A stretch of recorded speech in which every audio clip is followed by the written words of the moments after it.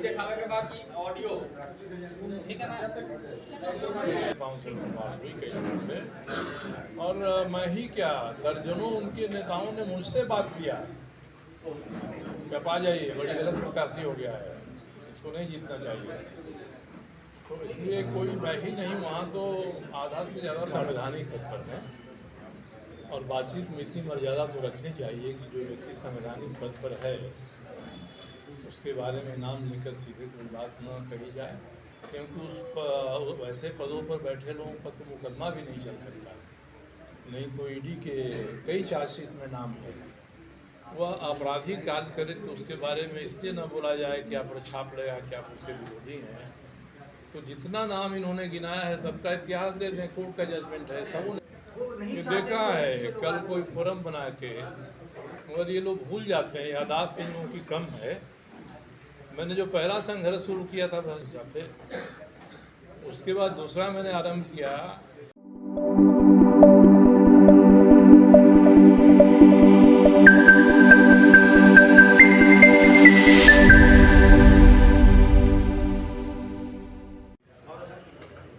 हाल की कुछ घटनाओं के बारे में आपसे बात करनी है। एक तो भारतीय जनता पार्टी ने धनबाद लोकसभा से एक उम्मीदवार खड़ा कर दिया है, और मैंने पता किया तो मुझे पता चला कि इनके ऊपर 49 मुकदमे, संगीन आपराधिक धाराओं में 49 मुकदमे दायर हैं। इन सभी मुकदमों की सूची मुझे लगता है कि आपके पास एक आध मिनट के भीतर सॉफ्ट कॉपी के रूप में पहुंच जाएगी। और ये जो मुकदमे हैं, उन मुकदमों में करीब 21 मुकदमे ऐसे हैं जिसमें अटेम्प्ट टू मर्डर का 307 धारा लगी हुई है। उसके अलावा भी कई धाराएं हैं। 13 मुकदमे ऐसे हैं जिसमें 384, 85 जो CRPC की धाराएं हैं, रंगदारी मांगने का, लोगों को परेशान करने का, ये लगा हुआ है। और 15 मामले ऐसे हैं जिसमें आर्म्स एक्ट लगे हुए हैं। तो इसमें से 4 मुकदमों में जिनकी सूची मैंने दिया है, 4 मुकदमों में इनको 3 में 1-1 साल की और चौथे में 1.5 साल की सजा हो गई है। अब ये चुनौती दे रहे हैं कि मैं निर्दोष हूँ और मैं क्रांतिकारी हूँ, मजदूरों की लड़ाई लड़ता हूँ। कोर्ट ने जिनमें सजा दिया है 4 मुकदमों में, उनके बारे में भारतीय जनता पार्टी को जवाब देना चाहिए। उनके उम्मीदवार से कोई सवाल पूछने का मतलब नहीं है। और मेरी चुनौती है कि भाजपा के जो नेता हैं, संगठन महामंत्री हैं, उनके अध्यक्ष हैं, ये इसका जवाब दे दें। तो ये इनके मुकदमों का है। और हाफ सेंचुरी हो गया, 50वां मुकदमा इनके खिलाफ कल कृष्णा अग्रवाल ने, जिनको प्रिंस खान ने और इन्होंने धमकाया था, उसने किया हुआ। तो ये मुकदमों की सूची है। अब इसके बाद जो मुकदमों में सजा हुई है उनको कुल मिला के 4.5 साल की सजा हुई है। और मैंने आपको जो दस्तावेज दिया है हैंड आउट, उसमें सुप्रीम कोर्ट का एक जजमेंट शामिल है। ये राजेश, सुप्रीम कोर्ट का जजमेंट शामिल है। उसका जो ऑपरेटिव पोर्शन है मैंने दे दिया। उसमें सुप्रीम कोर्ट ने कहा है उस मुकदमे में कि एक अभियुक्त के खिलाफ अगर कई मुकदमे हैं तो जो ये नियम है कि 2 साल से अधिक की सज़ा होगी तो आपकी सदस्यता चली जाएगी। तो ये सभी मुकदमों में मिली हुई सज़ा को जोड़ दिया जाएगा और जोड़ने के बाद फैसला होगा। उस तरह से देखिए तो 4 मुकदमों में इनको 4.5 साल की सज़ा हो गई है। तो उसके हिसाब से तो चुनाव लड़ने के लिए योग्य ही नहीं है। पता नहीं भारतीय जनता पार्टी के नेताओं ने इस पर ध्यान दिया कि नहीं दिया। और धनबाद के किसी व्यक्ति ने झारखंड विधानसभा के अध्यक्ष के सामने इस बात के बारे में शिकायत भी दर्ज कराया हुआ। उन्होंने फैसला नहीं किया है इस पर। तो इनके उम्मीदवार न केवल आपराधिक मुकदमों में सजा पाए हैं, बल्कि चुनाव लड़ने के भी योग्य नहीं। ये दो बातें मुख्य थीं जो बतानी थी। तीसरी क्या है कि ये उम्मीदवार और इनके पार्टी ये कह रही है कि इनका विरोध क्यों हो रहा है। विरोध इसलिए हो रहा है कि ये ओबीसी से हैं और धनबाद में पहली बार ओबीसी को टिकट मिला है। अब मैं सबूत के साथ ये कहना चाहता हूँ कि बाघमारा क्षेत्र में विधायक हैं, तो बाघमारा क्षेत्र में विधायक 3 टर्म विधायक रहने के दौरान इन्होंने सबसे अधिक अत्याचार ओबीसी के लोगों पर किया है और उन मजदूरों पर किया है जो कोयला लादते हैं, बोझते हैं। और इसके बाद इसके अभी ताज़ा ही 15 दिन पहले इनके क्षेत्र के 6 परिवारों ने 17 दिन तक अनशन किया था बैठकर रणधीर वर्मा चौक पर, जिसकी तस्वीरें सभी अखबारों में आई हैं, क्योंकि उनके घरों का पानी बिजली इन्होंने कटवा दिया था। ये चाहते थे कि ये ज़मीन उनके उपयोग के लिए अपनी ज़मीन दे दें, नहीं दिया। 2 साल पहले से एक अशोक महतो हैं, जो वही महतो हैं जो ये महतो हैं। इन्होंने एक मंदिर बनाया है, उस मंदिर के सामने उसकी ज़मीन है। वो चाहते थे कि हम दुकान खोलेंगे फूल वूल का और पूजा पदार्थों का, हमारी जीविका चलेगी। दबाव दिया कि नहीं तुम ये मत करो, ये हमको हो तो ज़मीन। नहीं तो इन्होंने इतना अत्याचार किया कि पानी का टैंकर उसके दुकान के सामने खड़ा कर दिया, महीनों खड़ा रहा। बाद में प्रशासन ने हस्तक्षेप किया। और ये सभी बातें भारतीय जनता पार्टी के नेतृत्व को पता है, ये हाल की बातें हैं। फिर भी भारतीय जनता पार्टी ने उनको सबसे योग्य समझा है। और एक योग्यता का उदाहरण उन्होंने और दिया है। एक कृष्णा अग्रवाल हैं जो हमारे साथ काम करते हैं। उन्होंने भारतीय जनता पार्टी के प्रदेश अध्यक्ष श्रीमान बाबूलाल जी मरांडी को एक चिट्ठी लिखा कि आपने जो उम्मीदवार दिया है हमारे क्षेत्र के लिए, वो उम्मीदवार योग्य नहीं है, कई आरोप हैं उनके ऊपर। चिट्ठी भेजे जाने के 4 घंटे के भीतर इन्होंने फ़ोन पर उनके साथ जो भी कहा वो सभी ऑडियो वायरल हुआ है, आप सभी के पास है। जैसे शब्दों का उपयोग किया, प्रिंस खान का भी जिक्र उसमें आया। अब उसके बाद प्रिंस खान ने कल एक और ऑडियो जारी किया। ऑडियो में आवाज़ तो प्रिंस खान की है, क्योंकि वहाँ जो पहले सीनियर एसपी रहे थे, मैंने उनसे पूछा, डीआईजी उनका है, अभी जो एसपी उनसे पूछा, कई पुलिस अधिकारियों से, थानेदारों से मैंने पूछा। आवाज़ लोगों ने कहा कि आवाज़ उसी की है। आवाज़ तो उसकी है मगर स्क्रिप्ट उसकी नहीं है। स्क्रिप्ट किसने लिख कर दिया है प्रिंस खान को, जांच इसकी होनी चाहिए। क्योंकि कृष्णा अग्रवाल से जिस भाषा में बात किया भाजपा के घोषित उम्मीदवार ने, और जिस भाषा में बात कर रहे हैं प्रिंस खान, उन दोनों में बड़ी कॉमन है और दोनों के स्क्रिप्ट में भी साम्यता है। तो इसकी जांच होनी चाहिए, सारे मामलों की जांच होनी चाहिए।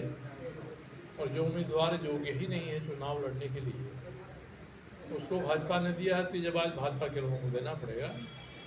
इतनी ही बात आप लोगों के बीच में मुझे कहनी थी कि 5 एरिया इनके क्षेत्र में, नंबर 1 से नंबर 5,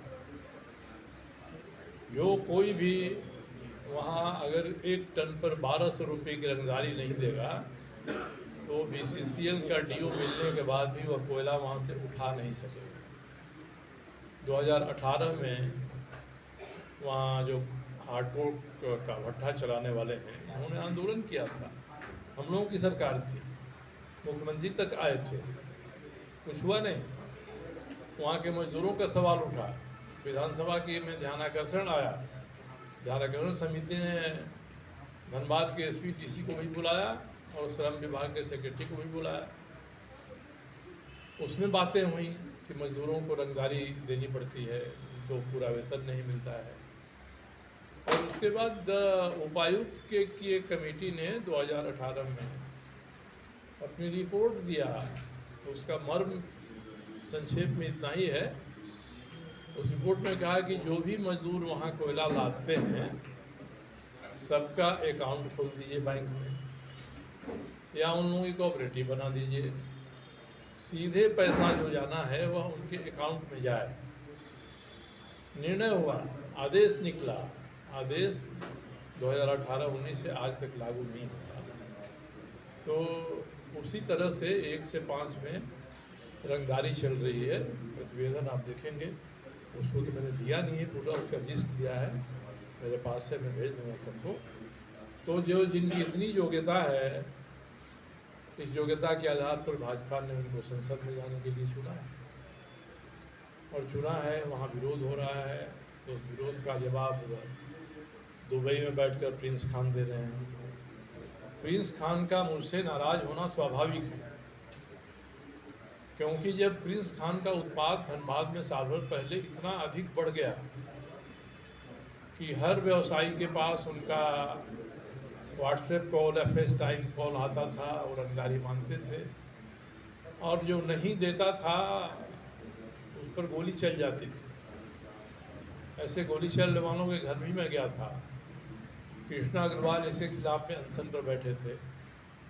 भारतीय जनता पार्टी का कोई एक नेता, सांसद, विधायक, पदाधिकारी उनके यहाँ गया नहीं। मैं 2 दिन के बाद गया, मुख्य सचिव से बात कराया और तय हुआ कि ये सरकार केंद्र की सरकार को लिखेगी कि आप प्रिंस खान जो दुबई भाग गया है टूरिस्ट वीसा लेकर यहाँ से, उसका प्रत्यावर्तन कराइए। और मैंने वो कागज़ आपको दे दिया है। मेरे ध्यान आकर्षण का जवाब जो सरकार ने दिया है, वह कागज़ मैंने आपको सॉफ्ट कॉपी में भेज दिया है, जिसमें यहाँ की सरकार ने, झारखंड की सरकार ने भारत के सरकार के गृह मंत्रालय को लिखा है। ये कहा है कि इसको वापस बुलाइए, इसका पासपोर्ट कैंसिल कराइए। 6 महीना हो गया। भारत सरकार ने क्या कार्रवाई किया है, जरा भाजपा के नेताओं को गृह मंत्री से पूछना चाहिए। और नहीं किया है तो क्या प्रिंस खान का उपयोग इस लोकसभा चुनाव में करने की इच्छा है भाजपा के स्थानीय नेताओं की यहाँ पर, इसलिए प्रिंस खान बढ़ चढ़ कर बोल रहे हैं। तो प्रिंस खान ने जो कल चुनौती दी है, मैं धमकी नहीं मानता हूँ, चुनौती मानता हूँ, उसको मैं स्वीकार कर रहा हूँ। और मैं भी अब जी जान से इसमें लग जाऊँगा कि हाथ में हथकड़ी और कमर में रस्सा लगाकर भारत की सरकार प्रिंस खान को दुबई से बुलाए और इसके जितने गुर्गों पर कार्रवाई इन्होंने अभी तक किया है, उसके बाद जो बचे हुए हैं सभी गुर्गों पर कार्रवाई करें। मैं चुनाव आयोग से भी बात करूंगा, नहीं तो धनबाद में लोकसभा का चुनाव शांतिपूर्ण नहीं हो सकता है। एक तो जो उम्मीदवार है उसकी धमकी अलग, उसके सहयोगी प्रिंस खान की धमकी अलग, और प्रिंस खान के साथ इनकी जेल में रहने के दौरान की दोस्ती है। उस पर 2004 में एक जिंक कंपनी का स्क्रैप उठाने के मामले में प्रिंस खान के गुर्गों के साथ इनके छोटे भाई पर भी मुकदमा हुआ। तो इनकी दोस्ती, इनकी मित्रता, इनका साथ प्रिंस खान से पुराना है, जेल का भी है, जेल के बाहर का है, 6-7 साल का है। तो 2 धमकी देने वाले चुनाव में रहेंगे तो चुनाव कैसे निष्पक्ष हो, ये सोचना पड़ेगा चुनाव आयोग को। और भारत की सरकार चुनाव के बीच में ही दुबई से प्रत्यार्पण की संधि है भारत की सरकार की, वो संधि के आधार पर उसको मंगवाए, बुलवाए दुबई में, यूएई में कहीं अभी बैठा है और वो व्हाट्सएप कॉल कर रहा है, लोगों को धमका रहा है, और हम लोगों को भी धमकी देने की जरूरत इन्होंने किया है। अगर मेरे इस एक्शन के कारण वो नाराज़ हैं कि उनके खिलाफ धरना पर बैठे व्यवसायियों के प्रतिनिधि के यहाँ जाकर उनकी आवाज़ उठाया, विधानसभा में मैंने ध्यान आकर्षण प्रस्ताव दिया और उसके कारण उनको प्रत्यापित करने की बात उठी है। अगर ये इनकी नाराज़गी का कारण है तो उनकी नाराज़गी का कारण सही हो सकता है, मगर मुझे उन्होंने जो धमकी दिया है इसको मैं चुनौती मानता हूँ। और अपराधी जितना भी बड़ा है, चलेगी कानून की, चलेगी व्यवस्था की, और भारत की सरकार कितना जल्दी उसको ला सकता है, यहाँ ला सकती है यहाँ पर, इस पर निर्भर करता है कि भारत की सरकार धनबाद में शांतिपूर्ण चुनाव चाहती है या नहीं चाहती है। नहीं तो उनके इरादों पर भी संदेह पैदा होगा। इतनी बातें मुझे कहनी थी। इसके बाद आपको जो भी आवश्यक लगेगा आप पूछ सकते हैं सर। इसके बारे में बात करूंगा। आपके माध्यम से मुझे सूचना मिली। आपको क्या लगता है कि एकमात्र आप ही हैं जो ढुल्लू महतो को वहां हरा सकते हैं, या फिर आपको ऐसा लगता है कि कोई ऐसा और नहीं, और भी लोग हैं, कई लोग हैं, किसी को दे सकते हैं। इसलिए मुझे कोई शौक नहीं है कि मैं धनबाद से जाके चुनाव लड़ूँ। मैंने कल धनबाद में भी पत्रकार साथियों को कहा कि मैं पूरी तरह से जमशेदपुर पूर्वी विधानसभा क्षेत्र से संतुष्ट हूँ। वहाँ की जनता का मेरे ऊपर भारी कर्ज है, कर्ज का बड़ा हिस्सा मैंने चुकाया है, अभी भी चुकाना बाकी है। इसलिए मेरी तो प्राथमिकता वही है। मगर जिन लोगों ने 2019 में जमशेदपुर पूर्वी में ऐसी स्थिति पैदा की थी तो मैं चुनाव जीता, उन्हीं लोगों की सह पर आज धनबाद में भी ये स्थिति पैदा हुई है। इसलिए मेरी विशेष रुचि उसमें है। तो क्या इंडिया गठबंधन के कोई भी प्रत्याशी होंगे जिनका आप समर्थन करेंगे? कोई भी प्रत्याशी नहीं, ये देखिए, मैं भारतीय जनता पार्टी के विरुद्ध होने की बात नहीं, हम लोग एक सीट पर की बात कर रहे हैं। धनबाद सीट की मैं बात कर रहा हूँ। धनबाद सीट पे कोई योग्य उम्मीदवार आएगा, साबित करेगा कि नहीं योग्य है, मैं ज़रूर समर्थन करूँगा। मगर वहाँ भय से, डर से, आतंक से, पैसे के प्रलोभन से कोई उम्मीदवार खड़ा हो और 4 दिन हम समर्थन करें और 5वें दिन वही सरेंडर कर दे, तो इससे तो कोई फ़ायदा नहीं होगा। सर एक सवाल है, आप जो कह रहे हैं नाम तो मैंने कहा है। सर आप चुनाव लड़ेंगे या नहीं? आप चुनाव लड़ेंगे कि नहीं? क्योंकि चुनाव स्वीकार कर रहे हैं, इसका मतलब धनबाद से आप चुनाव लड़ेंगे। धनबाद से चुनाव लड़ेंगे। मुझे धनबाद से लड़ने की चुनौती अगर प्रिंस खान ने दिया होता तो मैं उसका जवाब देता। तो इसकी धमकी नहीं दे रहे हैं। एक तो मामला तो संदर्भ इसी का है, एमपी चुनाव का है। एमपी चुनाव में और एमपी चुनाव के साल 2 साल पहले से धनबाद में जो परिस्थितियाँ उत्पन्न हुई हैं, वे परिस्थितियाँ इसका कारण हैं। और हमारे कई साथी बैठे हुए हैं, इन लोगों ने दौरा किया है धनबाद का, बोकारो का, सभी विधानसभा क्षेत्रों का। मैं भी जब धमकी मिली कृष्णा अग्रवाल को तो उनसे मिलने गया, उनके साथ खड़ा हुआ, मैं भी घूमा, भ्रमण किया। लोगों की मांग है, लोग चाहते हैं कि मैं आऊँ चुनाव लड़ूँ। मैंने इनसे ही कहा, इसका लोग मजाक उड़ा रहे हैं, भाजपा के लोगों ने कल अपनी मीटिंग में मजाक उड़ाया, क्योंकि मैंने कहा था ये मेरे पास पैसा नहीं है, इतना धन नहीं है कि मैं चुनाव में कूद जाऊँ। आप धन की व्यवस्था करा दें, तन मन धन के साथ मुझे पुकारें, आप पुकारेंगे, मैं पीछे नहीं हटूँगा, ये मैंने कहा है उनको। और मैं चाहता हूँ कि जो इंडिया अलायंस है, इसमें ये सीट कांग्रेस को मिली है, और मैंने अपनी बात कांग्रेस के विधायक दल के नेता आलमगीर आलम साहब सहित कई लोगों तक पहुंचाया है। ये सीट आपके कोटे में है, आप हर बार उम्मीदवार खड़ा करते हैं, हर बार उम्मीदवार आपका हारता है, इस बार भी खड़ा करेंगे, हारेगा। आप समर्थन दीजिए, मेरे जैसा कोई व्यक्ति हो या मैं हूँ, आपके यहाँ कोई ऐसा व्यक्ति है, तो हम लोग इस सीट को जिता लेंगे।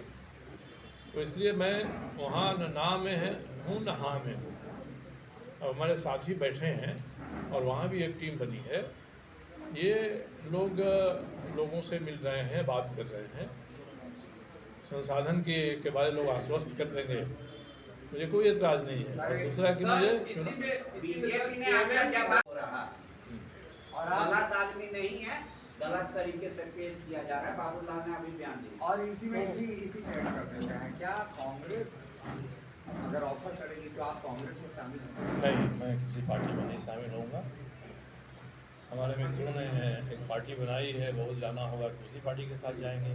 सर इसी में सर मिथिलेश ठाकुर जी जो कि पार्टी के पदाधिकारी है, उन्होंने कहा कि आप अपनी पार्टी को भी इंडिया अलायंस के साथ लेकर आए, फिर समर्थन पे विचार होगा।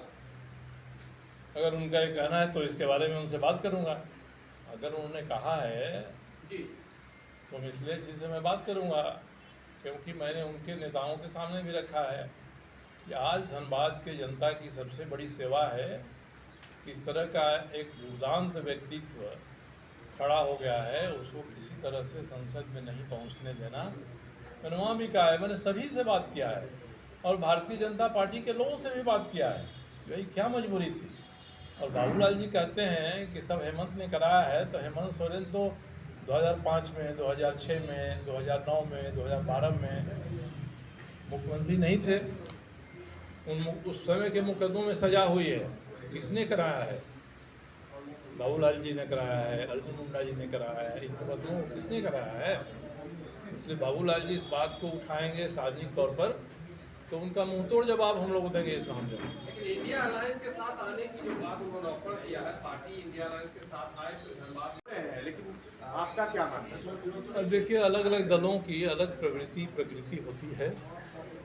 हम लोग के यहाँ तो पहले बिहार में सोशलिस्ट पार्टी सबसे मजबूत पार्टी हुआ करती थी। उसके बारे में लोग यही उदाहरण देते थे कि ये लोग 1 साल से अधिक समय तक अलग नहीं रह सकते हैं और 2 साल एक साथ नहीं रह सकते।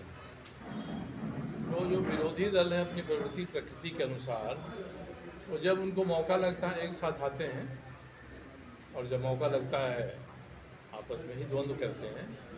ये उनका मामला है, हम लोग को इससे कोई लेना देना नहीं है।